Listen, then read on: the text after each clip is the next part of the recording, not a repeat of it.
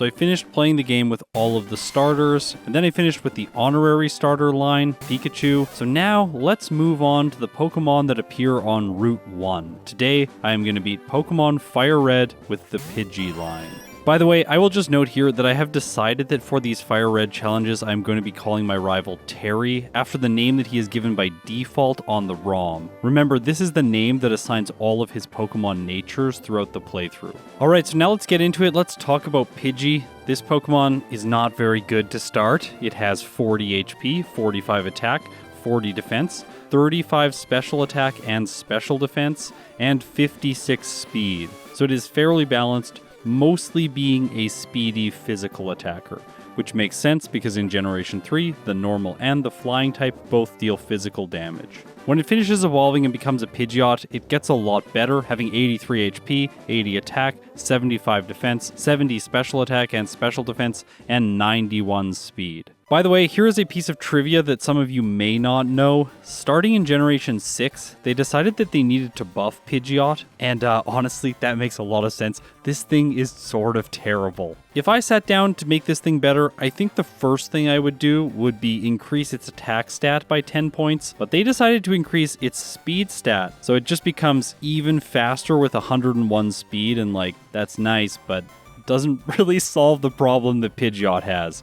It just doesn't hit that hard. And in solo challenges, you usually don't need that much speed, so it's pretty much an irrelevant buff for the type of challenge that I'll be doing. By the way, the rules are in the description just in case you're curious. Now, if you were watching that rival battle really closely, you will have noticed that Pidgey gained a lot of experience, and that's because it is part of the medium-slow growth rate, which for these challenges is usually one of the best. I haven't decided yet if the erratic or fluctuating growth rates are better than the medium-slow growth rate, but for now, this is usually my preferred growth rate going into a challenge. So, do things continue to be good if we check out its move pool? And the answer is no. This thing does not have a lot of type diversity. Luckily for me, in Generation 3, Gust is a flying type move, and I get access to that at level 9. After that, it gets Wing Attack, which is base 60 power in Generation 3. It's no longer base 35 power like it was in Generation 1. After that, I get Feather Dance, Agility, so that I have a way to become even faster, and then finally Mirror Move, which is usually trash. Through TMs and HMs, there are only a few notable selections: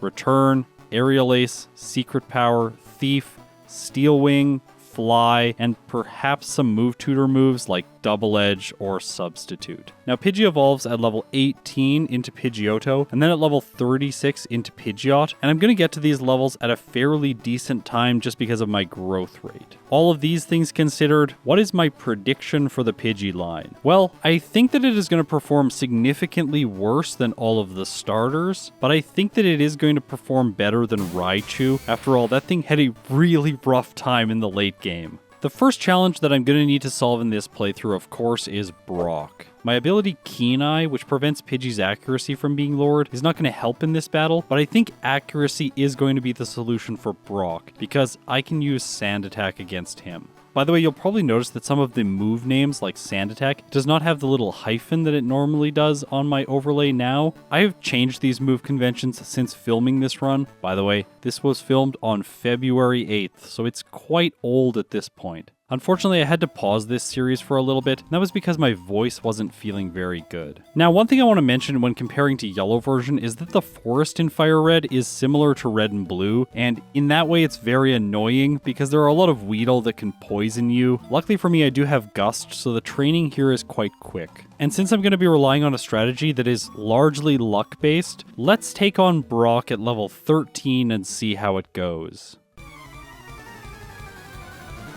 So obviously, the strategy here is just spam Sand Attack to lower his accuracy as much as is possible. Now, like in Red and Blue, this Geodude is level 12, so it does have Defense Curl, meaning that it isn't always going to be dealing damage to me. And that luckily gives me time to set up some Sand Attacks before it finally attacks, and unfortunately it does hit me. In Generation 3, the accuracy debuffs from -1 takes moves with 100% accuracy down to 75% accuracy, so it is not as extreme as it was in Generation 1, where -1 accuracy takes you down to 66% accuracy. The math is really simple, it just takes the move move's accuracy and multiplies it by the accuracy stage modifier. So for instance, it takes the Geodude's 0.95 accuracy on tackle and multiplies it by 0.75. So after only one hit from Sand Attack, I will have taken its chance to hit down to 71%. And as the Sand Attacks stack up, it gets more and more likely that I am not going to be hit. However, there are two problems here. Number one, I don't have that much health, so whenever it does get through all of the sand, I take a decent amount of damage. And number two is that I am not doing very much. I'm pretty sure that Pidgey is only doing 1 damage per turn, especially after the Geodude sets up Defense Curl. As a result, by the time I finally knock it out and he sends in his Onix,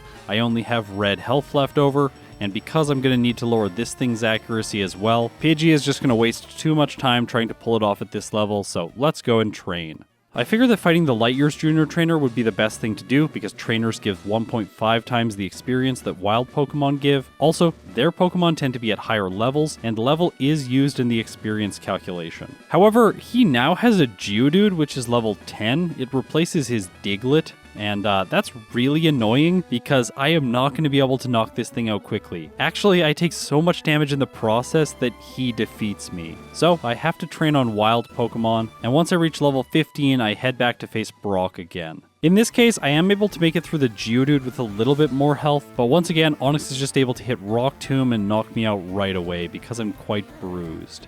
Okay, so if level 15 isn't going to do it, let's just go to level 18 and evolve into a Pidgeotto so that I get an increase to my stats. And this gets me much further into the fight because I'm able to take the Onix down to around half health. However, I am still taking too much damage, so this ends in defeat. However, then I thought of something that is really silly. So I can level up to level 20 and learn Whirlwind, which is a move that I have never once used on the channel.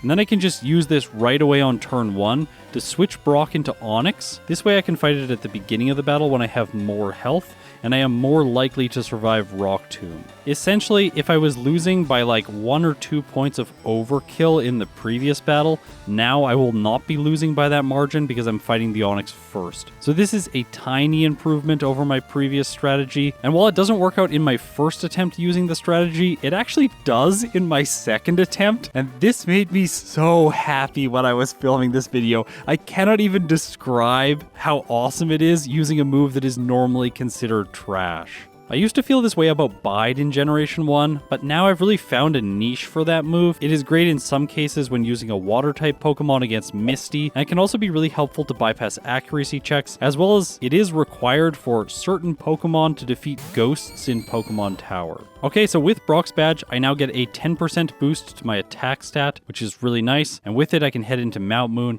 and make progress with the playthrough. Here I'm going to pick up the rare candy, as well as the Dome Fossil, and then I realized I had forgotten an important item, so I backtracked to pick up the TM for Thief. I've got a lot of comments mentioning that this is a really good move to use against Misty, so with Pokemon that can learn it, I'm probably always going to be picking it up just so I can use it against her Starmie. While Whirlwind was fun to use, I think it is time to give it up, so I teach Thief in its place, and now I'm ready to take on the second gym leader. She leads with Staryu, and I go for Quick Attack, which is going to knock it out over 2 turns.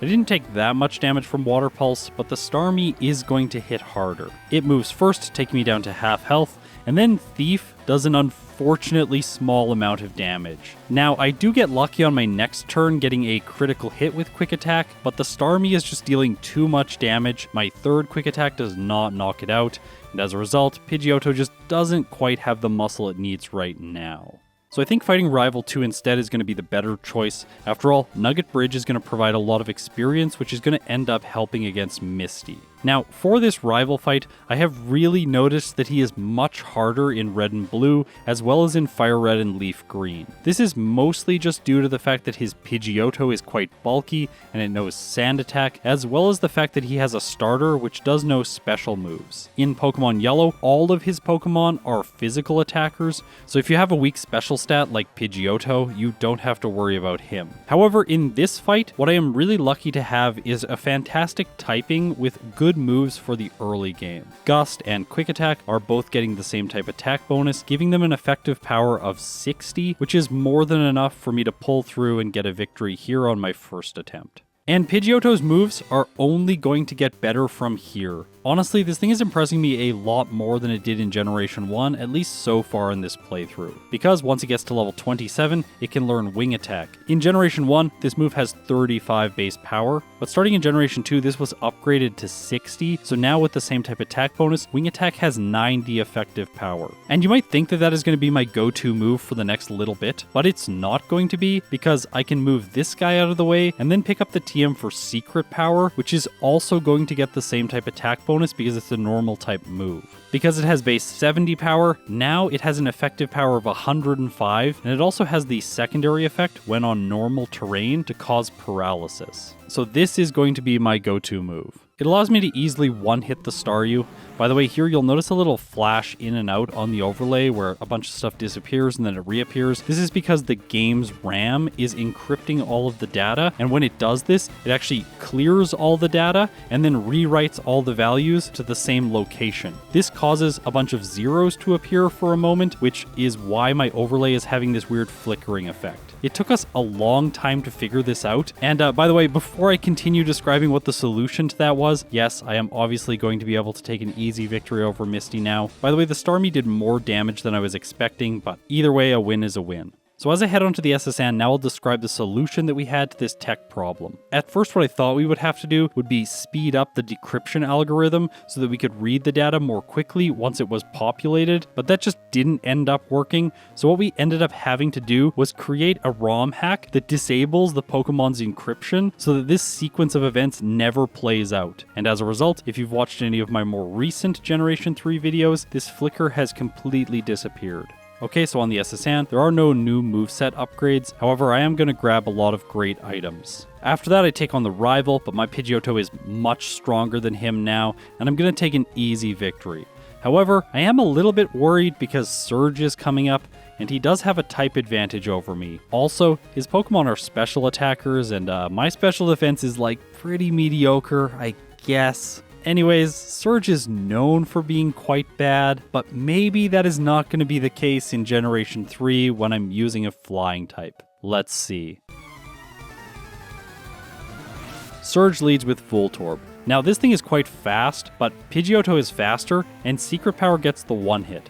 Okay, next is Pikachu. I'm obviously faster than this one, so I'm able to knock it out with a single hit from Secret Power as well. All that's left is the Raichu. I go for Secret Power. It doesn't get the one hit, but it does get paralysis, preventing the Raichu from moving. Surge uses a full heal, but it doesn't matter, and I finish his ace off. So today, he was awful as was expected. Now on the next route, we're going to skip the Wrapping Lass because she's a picnicker in this game and she is not nearly as hard as she is in Generation 1. And right after her, the TM that is normally Teleport is actually the TM for Aerial Ace, which is a fantastic upgrade for Pidgeotto's moveset. In this case, I'm going to teach it in the place of Sand Attack just because I don't think that that move is going to be very useful from here on out. Having more moves always minimizes trips to the Pokemon Center and that saves time. For Pidgeot, most of these NPC battles are very easy. However, I am sure all of you are wondering how Dudley, the self-destructing hiker, is going to be in the cave. Well, in Generation 3, he really isn't the self-destructing hiker anymore because none of his Pokemon know this move. They actually all have the same 4 moves: Magnitude, Rock Throw, Mud Sport, and Defense Curl. Granted, I am a flying type, so Rock Throw still could be scary. However, in this case, Thief is useful because it is a special move, and it is going to hit harder than both Secret Power and Wing Attack or Aerial Ace, just because those moves are resisted and they're physical. By using Thief, I am able to defeat him and head into Celadon City. Here, I'm going to have to complete the Rocket Hideout because it is mandatory in Generation 3. There is no Pokédoll skip, glitch, exploit, I don't know, workaround. I don't know what to call that one. Anyways, that doesn't exist in these games. Once I defeat the first rocket within the game corner, my Pidgeotto levels up to level 36, and now it can evolve into its final form, Pidgeot. Okay, so now let's explore the hideout. I'm going to pick up a lot of useful items here, and then I have to face Giovanni so that I can get the Silph Scope. Once again in this battle, Thief is useful because I can use it to defeat the Onix as well as the Rhyhorn. Then Kangaskhan comes out, it flinches me with Fake Out, and then does a lot of damage on the next turn, but Secret Power gets Paralysis, Kangaskhan just uses Tail Whip, and then I knock it out. Next, I am going to train in Erica's gym, and for this, I want you to watch the PP on Wing Attack. This move starts with 35, which makes sense in Generation 1 when it has base 35 power, but when it has base 60 power, it's sort of broken, and that's why I've kept it on my moveset for so long. When I want to take an extended amount of time and do training, like I do in this area, this extra PP is just really helpful. I don't have to open my inventory, use any ethers, and I also don't have to go back to the Pokemon Center. As you can see, by the time I am facing Erica, I still have a lot of uses of it left over. As a result, I can defeat her. By the way, it's really easy because Pidgeot is over leveled at this point. And now with Erica out of the way, it is time to do some errands. First of all, I'm going to go into the department store. By the way, I have added this little EV tracker on the bottom whenever I'm in here so that you can see what the status of my current EVs is. Unfortunately for Pidgeot, it has somehow earned a lot of speed EVs, which is really unfortunate because it has a high speed stat. Like, it's not going to need those. I'm actually curious to continue checking this for future playthroughs. Maybe the Pokemon that you just face throughout the playthrough give you a lot of speed EVs, and this is going to be the case for every Pokemon.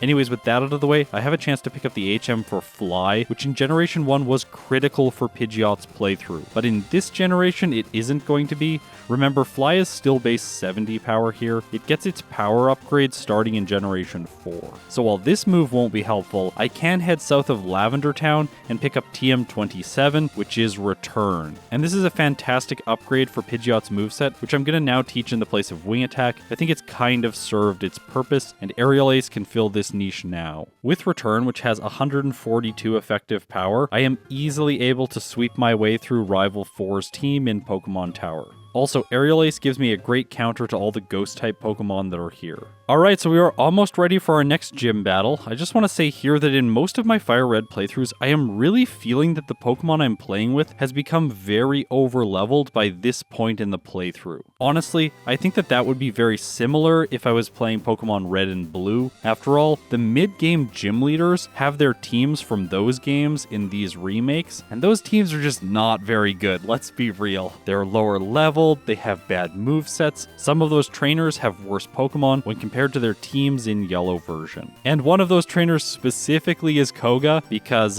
his mono poison types are just not nearly as good as his team with the Venonats and Venomoth. So, let's take him on. Up first is level 37 Coughing. I go for Return against it, and it just barely survives. He heals it, and then I knock it out with a better damage roll in the next turn. Next, he sends in Muck. I get a critical hit, knocking it out in one turn. Okay, time for the second Coughing. This one also just barely survives. Uses Toxic. He heals it. It survives again, so the bad poison is starting to stack up now. I take it out, and all that's left is his final Wheezing. By the way, this one does not have Self-Destruct or Explosion. However, I do less than half to it, take a Sludge, and then poison damage finishes Pidgeot off. Maybe I should have waited to say that this team was not that good because in the very next battle, I do not KO his first Coughing. He uses Self-Destruct and gets a critical hit, which knocks Pidgeot out. I can't believe how much damage that did. Okay, so I need just a little bit more damage against his Coughings. If I level up to level 45, this might give me a higher % chance to get those one-hits. And that will really improve Pidgeot's odds in the battle. So I decided to fight this Tamer in his gym. Unfortunately though, the Arbok intimidates Pidgeot, and then I get glared, so I'm paralyzed. And this ends up as a loss. So let's fight a different trainer that only has 2 Pokemon, and this allows Pidgeot to make it to level 45. And now I am one-shotting Koga's Coughings. Muck takes 2 hits, but it just goes for Acid Armor, which doesn't do anything. I knock out his second Coughing, and so I've made it to his Wheezing with full health. The small level boost gives me a 2-shot on it, and so I've earned myself the 5th badge, and with it comes a 10% boost to my defense stat. As was obviously the intention in Generation 1, but once again, Spaghetti Code, that game is just absolutely broken in so many ways. Now let's head into Silph, and here without too much additional training, I am going to take on the Rival. Here, I just want to mention something which you're going to notice right away when the Pidgeot uses Feather Dance on my Pidgeot. When I get the -2 modification down in the bottom left, it is not actually altering my Pokemon's stat. So the stat is incorrect, the modifier is correct. That's a big reason I am doing this series. I really want to test out all the technology and make sure that it's all working. I make it all the way to the Charizard, and because of Feather Dance, I am just not doing quite enough damage to knock it out in 2 turns. Because I was hit by a Scary Face, I'm not moving first against it, and it takes Pidgeot down. Okay, so let's level up a little bit more. I can quickly go over 2 damage rounding thresholds by only earning 3 levels. So I go to the fighting dojo and finish all of the trainers here. Also, I get lucky against the rival because the Pidgeot doesn't go for Feather Dance against me, just uses Wing Attack, which does almost nothing, and I finish it off. Next is Gyarados. It does intimidate me, but -1 is much better than -3, especially for the Charizard. My first attack does more than half. It hits Flamethrower, taking me to yellow health, and then I finish it off. But from here, I am pretty confident in my abilities. After all, next is Execute. Unfortunately, I do not take it down in one hit, so it paralyzes me. This allows it to do chip damage with Confusion before I take it out. And now I have to go up against the Alakazam, and it's going to be faster than Pidgeot. However, in this case, it just goes for Calm Mind, and I hit with Return, finishing the battle. Okay, so let's skip Giovanni and head right into Sabrina's gym to face her. Up first is Kadabra. Oh no, the Mr. Mime graphic on the right hand side of the screen is not working. Well, we will just fix that in post. No worries. Mr. Mime is an easy one hit, so this battle is looking like it's going to be fairly straightforward. I should have used Aerial Ace on the Venomoth, but Return just gets the KO anyways. By the way, if you're curious what type it is, obviously Psychic Flying. It's on Sabrina's team, and it has wings. Last is Alakazam. It's only level 43. I easily outspeed, and Return knocks it out. Up next, I'm going to face Blaine. Now, his team is not very good. It is the team from Red and Blue. However, there is one problem for Pidgeot, and that is the problem that both his Growlithe and his Arcanine know Intimidate. So, by the time I am trying to knock his Ace out, my Pidgeot is not going to be doing very much damage. This is generally a problem that physical attackers face in the remakes, especially against one of the champions' teams. However, I make it to the Arcanine, and I actually haven't taken any damage, which feels very fitting for a battle against Blaine. Then, even with -2 attack, I am able to 3-shot the Arcanine and take a first attempt victory. Alright, so gyms 6 and 7 were easy as I was anticipating. Koga was a lot harder than I expected. However, Giovanni, who is the last gym leader in Kanto, may cause some problems. Now, he has 2 Rhyhorns on his team in FireRed. Still, like, the weirdest thing. I can't believe that that's the case. And in this case, because of type effectiveness, he is going to lead with both of them. I've kept Thief on my moveset until this point because it can help me knock them out, and I do manage to get through them, taking only about 1/4 in damage in the process. Next is Dugtrio. I easily one-shot it with Return, and now it is time for the Nidos. Luckily for me, unlike Yellow version, they do not know Thunder. However, in this case, they know Body Slam, and they also have the ability Poison Point, which does poison Pidgeot on the Nidoqueen. So now I'm taking chip damage, the Nidoking hits me, I don't finish it off, and as a result, I get a loss. In the next battle, I learned something unfortunate, and that is the fact that the Rhyhorn has Rock Blast. Now, normally this thing is going to be trying to speed control me, but once my speed gets to -6, then it's going to start using this move, and it can deal absolutely massive damage to Pidgeot. So that's a second reset. In the next battle, Nidoqueen paralyzes me with Body Slam, leading to a third reset. Luckily, I can just bring a Cherry Berry into the battle to cure this status. However, then I get hit by Poison Point immediately after, and once again, the Nidos are just doing enough chip damage here and there that Pidgeot goes down.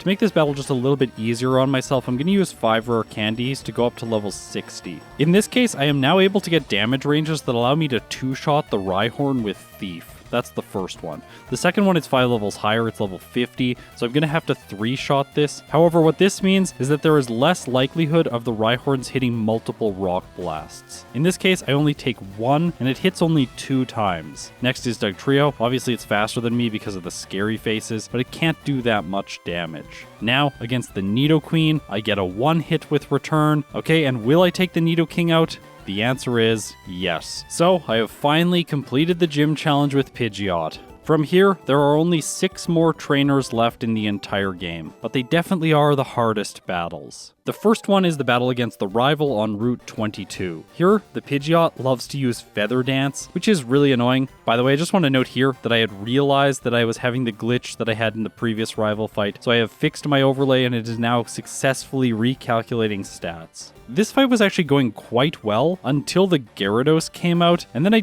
just wasn't able to take it down quick enough because Feather Dance in combination with Intimidate gives me -3 attack. All of my moves are physical physical except Thief, and Thief is kind of trash. So in this case, I am not able to beat him on my first attempt. In the next battle, Alakazam gets a crit with Psychic, finishing Pidgeot off. And because the league is going to be quite challenging, Lorelei has Ice-type moves, Bruno has Rock-type moves. I'm going to have to be careful, so let's do some extra training and take Pidgeot up to level 63. What I would really like is for Return to one-hit his lead so that I don't get hit by Feather Dance. Unfortunately, it doesn't happen, but then, like the battle in Silph, the Pidgeot just goes for Wing Attack and I finish it off.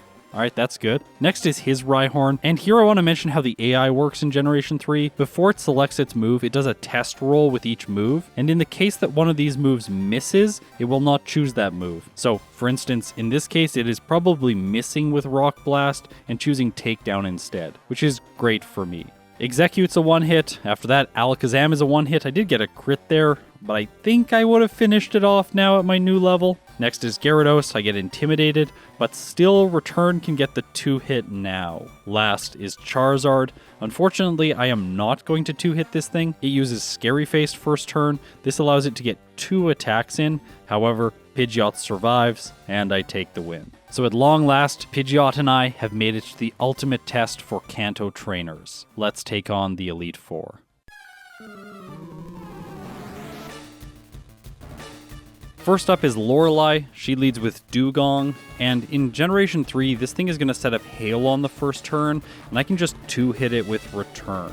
Next, she completely skips Cloyster and sends in Slowbro. I think this is because the only Ice-type move that Cloyster has is Hail, so why would she use it? Which is kind of funny, because then the Slowbro is taking chip damage from Hail because it is not an Ice-type, and as a result, I can knock it out over 2 turns. This isn't all good though, because the Slowbro did get Yawn in, and as a result, when Lorelei sends out Jinx, I just get hit by Ice Punch twice in a row, and that is my first reset.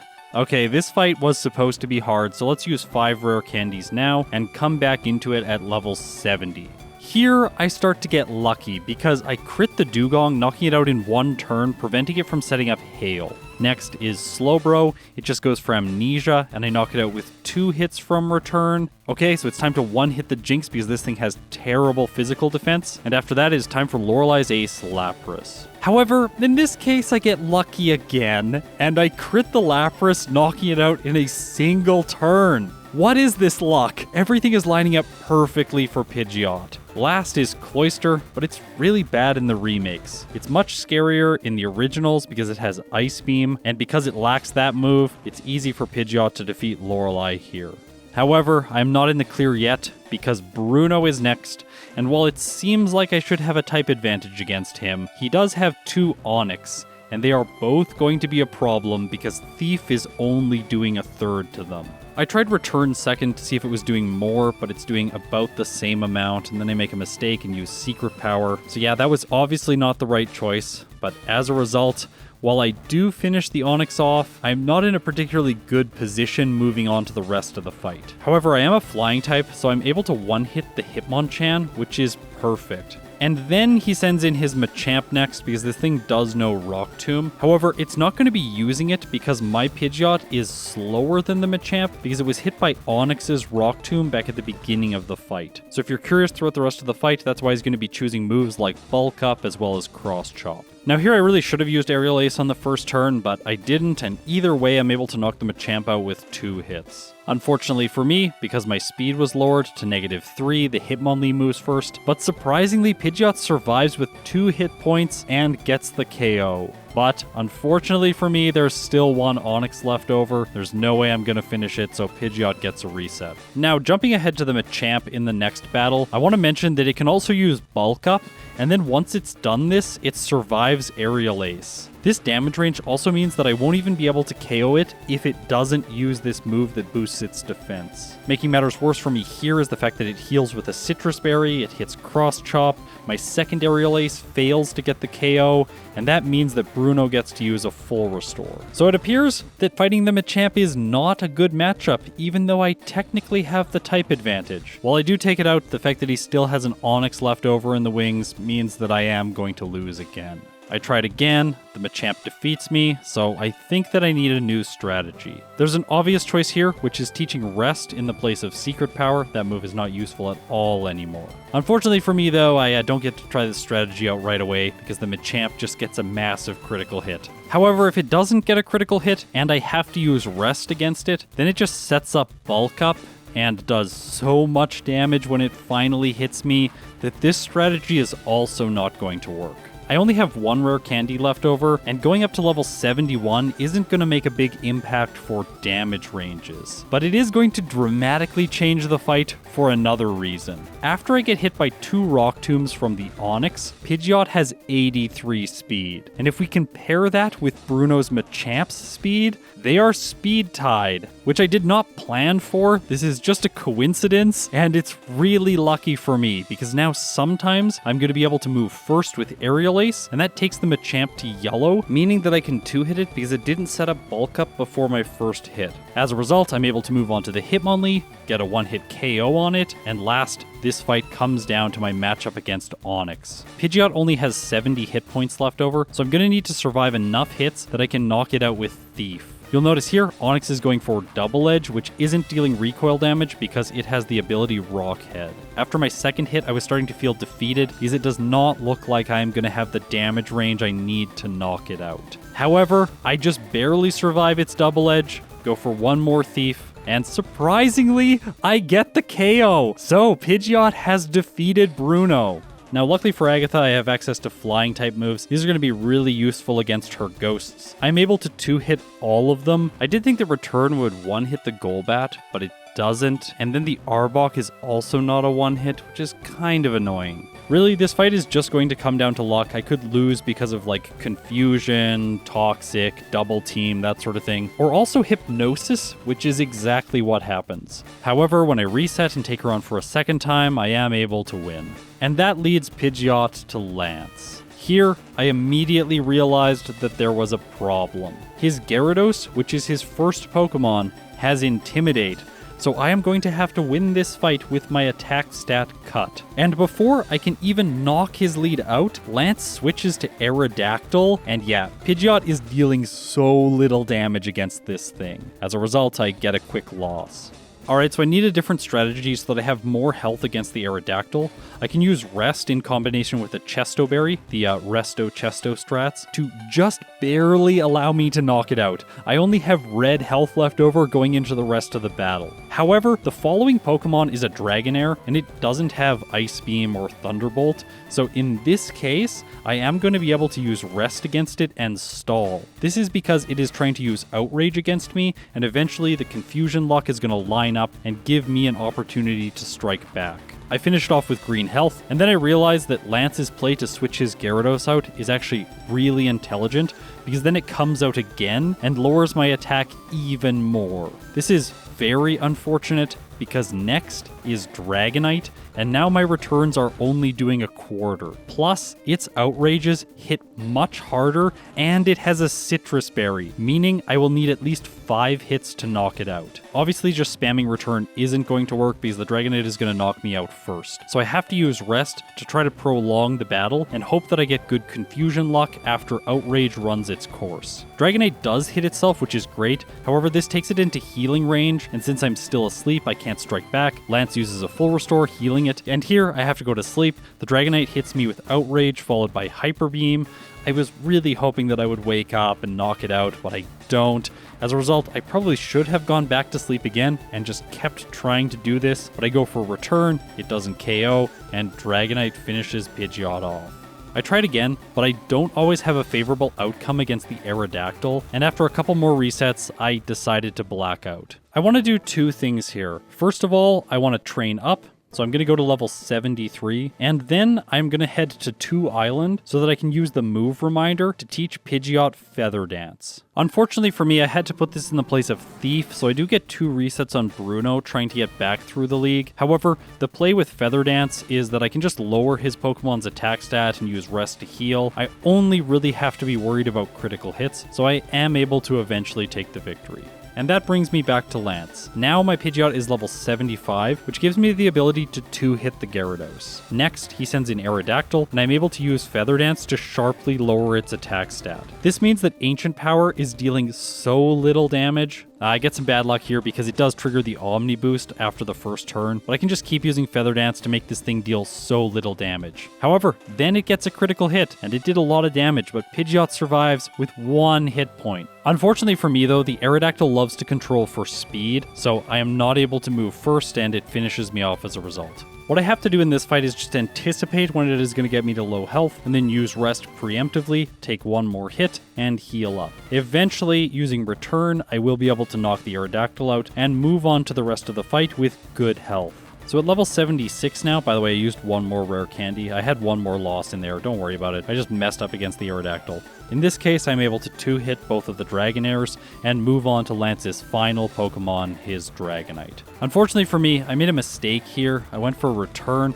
I really should have gone for Rest because it is going to be moving first, and as a result, I get a reset, but I make it back to it in the next fight, and this time I have much better health, so I can immediately go on the offensive, hit with 3 uses of Return, and not KO it. Luckily, it's confused because of Outrage, it hits itself, and finally, Pidgeot has defeated Lance.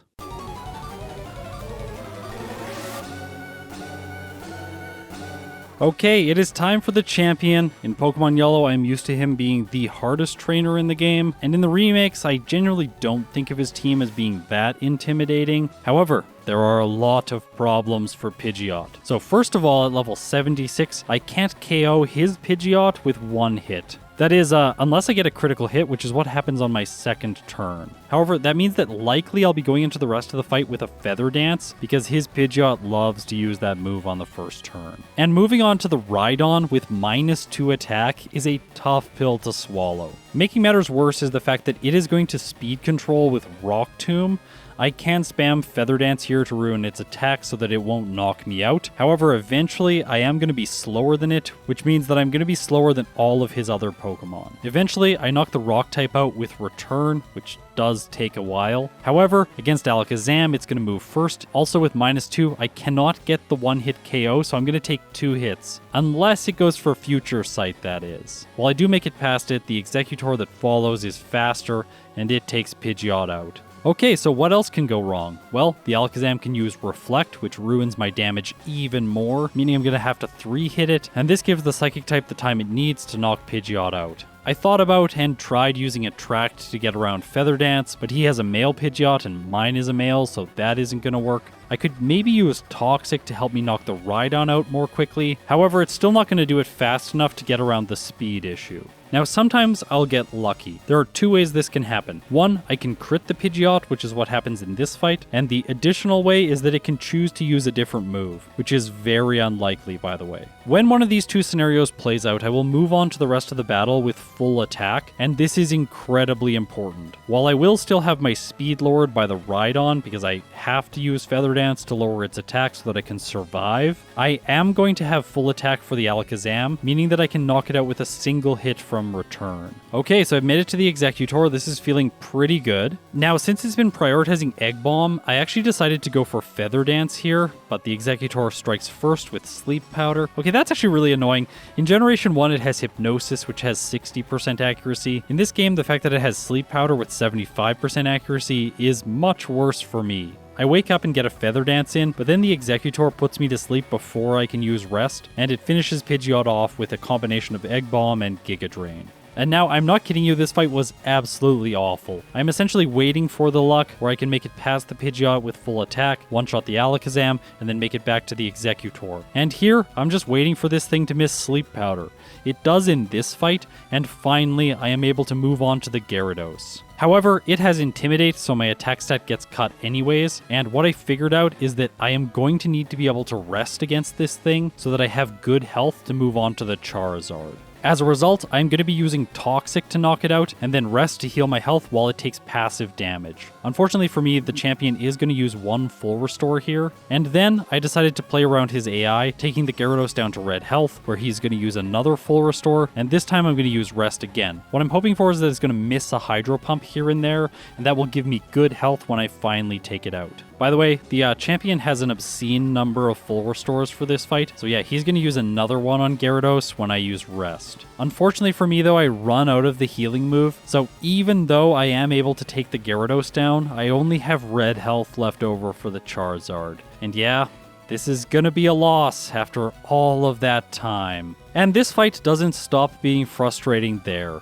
I have reset after reset after reset, and it is usually now against the Gyarados or against the Charizard, which is frustrating because that means each fight takes so much time. And now we're going to make a major jump forward through a bunch of resets, all the way till I have 66. At this point, I had resigned myself to the fact that Pidgeot is not going to be able to win here unless it gets exceptional luck. You might wonder why I haven't just blacked out and tried again at a higher level. Well, I had gotten very stubborn, and I was like, no, I'm going to make it work. But no, the game is going to teach me a lesson here, and it's just going to say, no, that's not allowed. So in this case, I'm going to black out and actually take the reset so that I can train up more. However, now I have to mention a problem that comes from this sort of blackout, which was also one of the reasons that I kept trying. If I go back, then I am going to have to get through the league without Aerial Ace, and that was my move for Agatha. So there are basically 3 options that I could use against her.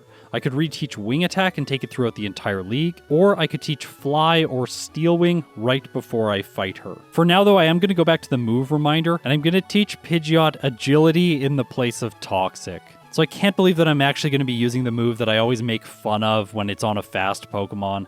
But I guess when speed control is such a big part of the opponent's strategy, that this move can actually be useful. Okay, so making my way back through the league, I am going to have to defeat Agatha with Steel Wing, which is quite annoying because this move doesn't have great accuracy. However, I'm fairly lucky in the fact that it is 2 hitting her first 2 goats and 3 hitting her final Gengar. By the way, I have a reset here against Agatha, and I didn't save before her, so I have to go back and fight Bruno again, which is so frustrating. However, with him out of the way, I am able to claw my way back to the champion. Okay, so what I'm going to do here is going to be really bad for the reset counter, because every time the Pidgeot uses Feather Dance, I am just going to immediately reset. And then in the very next battle, he switches to his Rhydon. I have no idea why he did this. I haven't seen this behavior before, but I guess I'll take it. With my attack stat full, I get a lucky critical hit taking the Rhydon under half health, and then I finish it off with Steel Wing. By the way, I think I should have been using this move earlier on. I definitely have a blind spot when it comes to Steel type moves, because they're not particularly good offensively. So I have full speed and full attack for this fight, meaning I can 2-shot the Exeggutor, and then almost 2-shot the following Gyarados. However, I roll better damage with my next 2 hits after he uses a full restore, and I take it out. So, I have made it to the Charizard and I have green health. I go for return, it does more than half, Charizard goes for Fire Blast, it gets a crit, and knocks Pidgeot out. I was so angry. This is probably one of the most frustrating moments that I have ever had in a solo challenge. However, this reset actually gives me an interesting piece of information, because for whatever reason, now that I'm level 82, his Pidgeot seems to not be using Feather Dance fairly often. Like, I lose the next fight, which is frustrating to say the least, but then in the very next battle, it once again goes for Aerial Ace. Why is it doing this? I have no idea. And then I get some good luck. Against his Gyarados, I get a lucky critical hit, knocking it out in 1 turn, and I move on to the Charizard with full health. Okay, this has to be it, unless it crits again with Fire Blast. It doesn't. Pidgeot survives, and it is so fed up that it scores a critical hit again, knocking his Charizard out in a single turn. Okay, so here is my final time. Pidgeot finishes the game with a time of 3 hours, 14 minutes, and 22 seconds, with 74 resets at level 82. This took 8 hours and 18 minutes of game time. Here are the results from all of my other FireRed playthroughs. Mew's time was 1 hour and 25 minutes, and then the worst time before this was 2 hours and 27 minutes by Raichu. Pidgeot, despite being the most recent Pokemon to be played, gets the worst time, and it also gets the highest number of resets, as well as the highest level finish and the highest game time. This was, by far, the hardest playthrough I've done in FireRed yet. So the early route bird did not redeem itself. It is still quite bad in Generation 3. I think out of all the playthroughs I've done so far, this is the one that could be improved the most. That is usually the case when a Pokemon performs badly. I'm like missing some small strategy that would really give an advantage. In this case, I think I missed Steel Wing for far too long. I should have just had the confidence to give up Aerial Ace earlier on. Also, if I was doing another playthrough with Pidgeot, I would have the ability to train more in advance, as well as take agility with me into the league. But that is why with my normal videos I do second playthroughs, but for this series I am just doing first attempts. After all, I'm just trying to learn FireRed with a bunch of different Pokemon. So next in this series we are going to do another first route Pokemon. We are going to beat the game with the Rattata line. These videos are essentially a love note to everyone who is supporting me. By the way, your support means the world to me. Thank you so much. I'll see you in my next video.